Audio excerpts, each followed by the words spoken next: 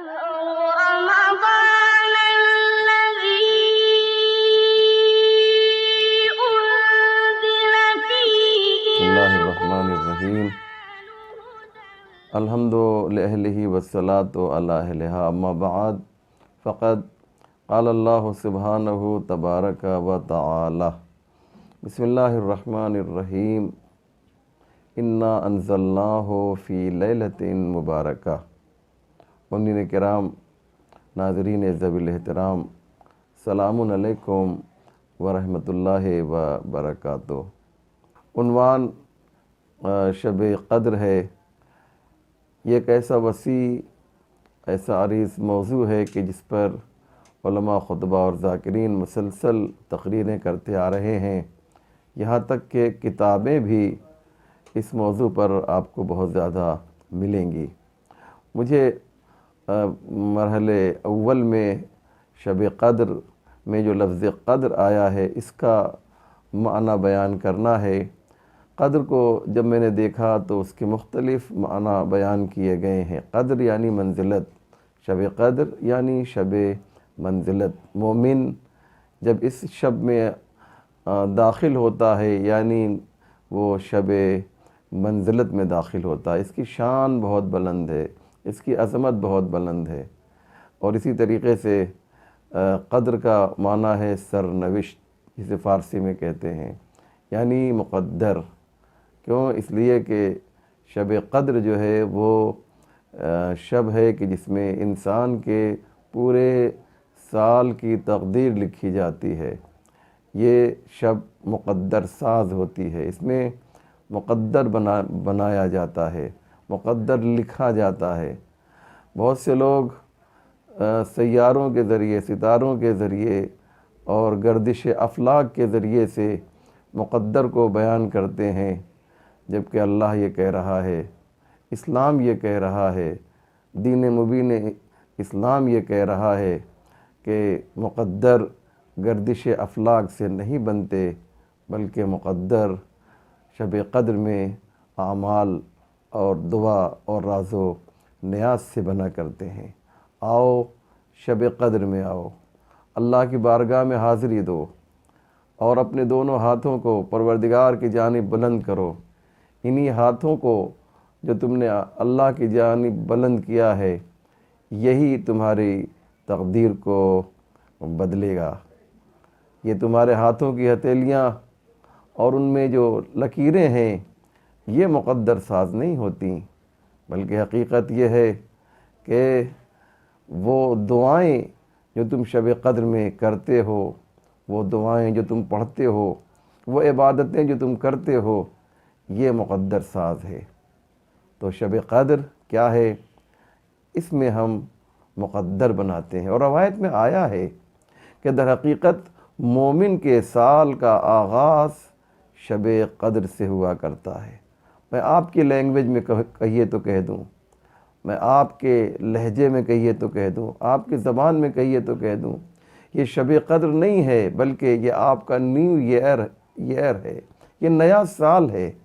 جب شب قدر آتی ہے تو گویا وہیں سے آپ کے سال کا آغاز ہوتا ہے، آپ کے سال کی ابتدا ہوتی ہے۔ تو میرے بھائیوں، اتنی محترم شب ہے یہ، تو کیا آپ اس سے استفادہ نہیں کریں گے؟ اور ایک قدر کا معنی میں نے دیکھا تو مجھے عجیب لگا کہ قدر کا مطلب ہوتا ہے تنگ کر دینا، اور میں ایسا نہیں کہ یہ بات ہوا میں کہہ رہا ہوں، بلکہ سورہ فجر میں ارشاد ہو رہا ہے وَأَمَّا إِذَا مَا ابْتَلَاهُ فَقَدَرَ عَلَيْهِ رِزْقَهُ فَيَقُولُ رَبِّ أَهَانَنِ۔ جب پروردگار قدر علیہ رزقہ، ان کی روزی کو تنگ کر دیتا ہے، تو یہ انسان کہتا ہے فیقول، کیا کہتا ہے؟ ربی اہانن، میرے رب نے میری توہین کر دی۔ تو اہانن کا مطلب کیا ہے؟ قدرہ کا مطلب کیا ہے؟ قدرہ یعنی روزی کو تنگ کر دینا۔ تو یہ شب قدر یعنی تنگ کرنے کی شب، کیا مقصد ہے؟ تو یہاں پر ہمیں علماء اور عرفاء نے بڑی خوبصورت بات کہی کہ شب قدر اس قدر ملائکہ کا نزول ہوتا ہے کہ زمین ان کے لیے تنگ ہو جاتی ہے، اب زمین کتنی بڑی ہے، تو نزول ملائکہ بھی اسی اعتبار سے ہے۔ آپ اندازہ لگائیں کتنی محترم شب ہے یہ۔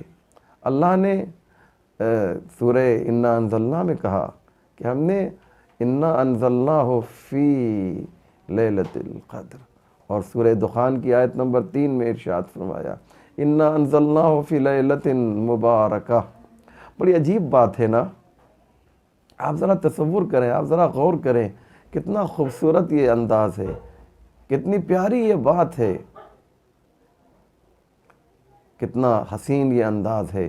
آپ ذرا غور تو کریں، آپ ذرا سوچیں تو کہ اللہ کیا کہتا ہے، انا انزلناہ فی لیلۃ مبارکہ۔ پروردگار کہہ رہا ہے یہ جو قرآن ہم نے نازل کیا ہے یہ شب مبارک ہے، لیلۃ القدر یعنی لیلۃ المبارکہ، مبارک شب ہے۔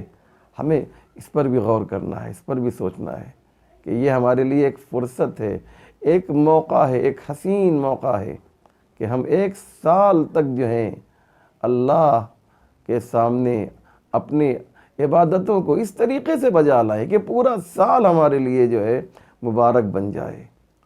اور آپ دیکھیں ایک عجیب بات، اور وہ یہ ہے قرآن نے کیا کہا، انا عدت الشہور عند اللہ اثنا عشر شہرا۔ اللہ کے یہاں سال کتنے ہیں، اثنا عشر، 12، معاف کیجئے گا 12 مہینے ہیں، اللہ کے یہاں 12 مہینے ہیں۔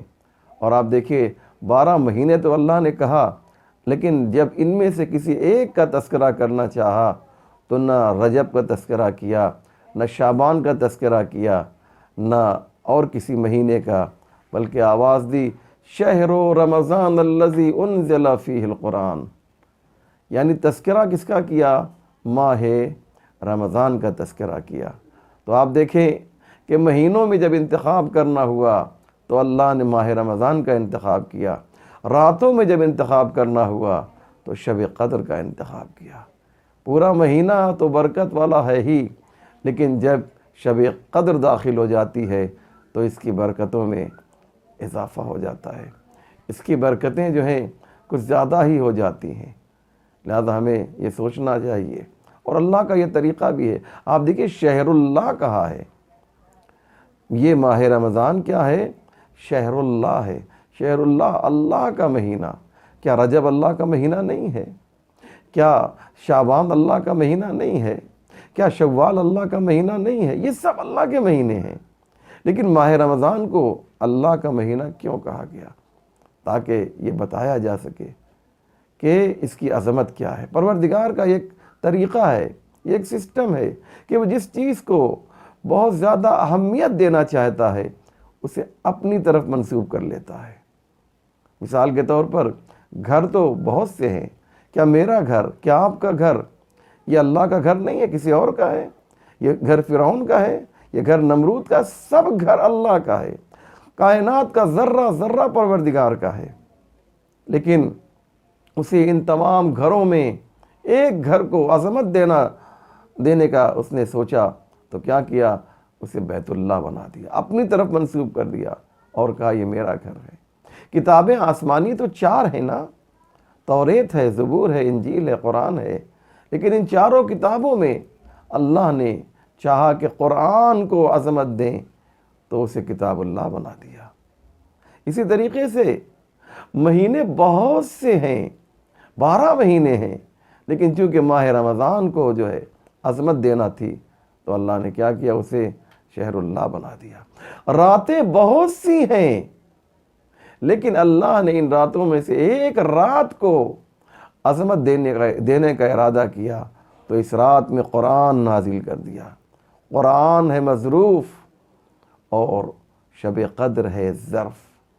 جس ظرف کے اندر قرآن نازل ہو رہا ہے اس ظرف کو شب قدر کہا جاتا ہے۔ البتہ اللہ کی 4 کتابیں نازل ہوئی ہیں، لیکن اللہ نے اس کے لیے شب قدر کا انتخاب نہیں کیا۔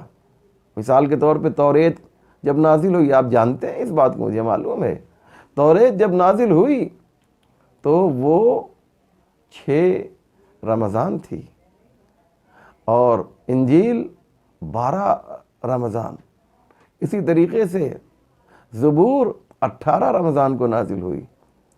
لیکن جب قرآن کو نازل کرنا ہوا، کیونکہ سب سے بڑی کتاب تھی اللہ کی، اللہ کا سب سے بڑا شاہکار تھا، جب قرآن کو نازل کرنا چاہا اللہ نے تو کیا کیا؟ پروردگار نے اس کے لیے شب قدر کا انتخاب کیا، تاکہ دنیا والوں کو یہ بتایا جا سکے کہ عظیم کتاب ہے جو عظیم شب میں نازل ہو رہی ہے۔